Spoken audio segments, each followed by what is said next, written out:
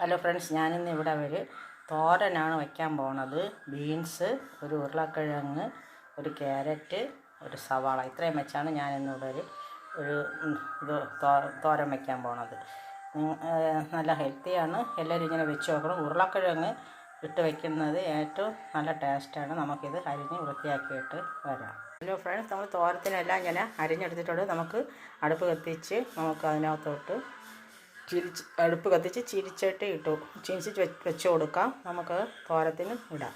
Gas കത്തിച്ച് നമുക്ക് വെളിച്ചെണ്ണ ഒഴിച്ച് കൊടുക്കാം. നമുക്ക് ആവശ്യത്തിന് കടുകിട്ട് കൊടുക്കാം. കടുക് പൊട്ടിയിട്ടുണ്ട്. നമുക്ക് കരിവേപ്പിലയും ഇട്ട് കൊടുക്കാം.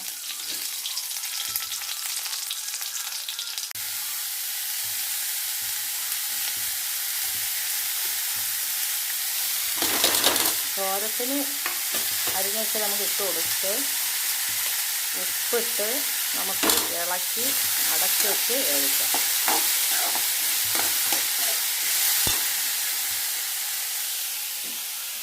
നമുക്ക് തോരത്തിന് ഇത് വെന്ത് കിട്ടുന്ന നേരം കൊണ്ട് നമുക്കിത് അരപ്പ് റെഡിയാക്കാം. നമുക്ക് ബീൻസൊക്കെ വാങ്ങിക്കുമ്പോൾ എപ്പോഴും ചീട്ടായി പോകും, കുറച്ചൊക്കെ കിട്ടും. അപ്പോൾ നമുക്ക് ഈ ക്യാരറ്റും അതുപോലെ തന്നെ സവാളയും ഒരു ഉരുളക്കിഴങ്ങൊക്കെ ഇട്ട് വയ്ക്കുകയാണെങ്കിൽ നമുക്ക് അടിപൊളി ഒരു തോരൻ കിട്ടും.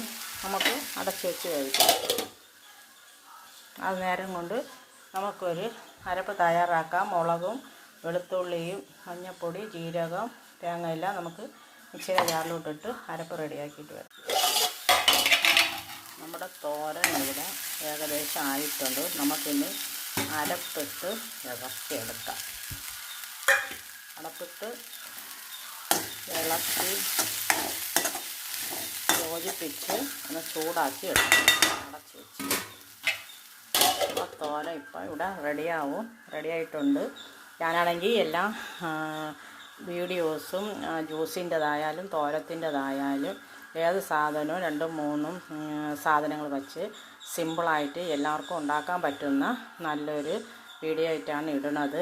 എല്ലാവരും കാണും, പക്ഷെ ആരും ലൈക്ക് ചെയ്യുകയോ സബ്സ്ക്രൈബ് ചെയ്യുകയോ ചെയ്യില്ല.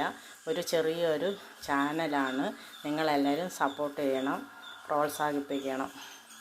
നമ്മൾ തോരനെല്ലാം ഇവിടെ വെന്ത് നല്ല രീതിയിൽ റെഡിയായി കിട്ടിയിട്ടുണ്ട്. ഉരുളക്കിഴങ്ങൊന്നും നമ്മൾ വെള്ളമൊന്നും ഒഴിക്കാൻ വേണ്ട, നല്ല രീതിയിൽ വെന്തിട്ടുണ്ട്. നമുക്ക് ഇറക്കാം. തോരൻ പാത്രത്തിലോട്ട് മാറ്റിയിട്ടുണ്ട്. സൂപ്പറാണ്, അടിപൊളിയാണ്. നിങ്ങളെല്ലാവരും ഇത് തോരൻ വയ്ക്കണം.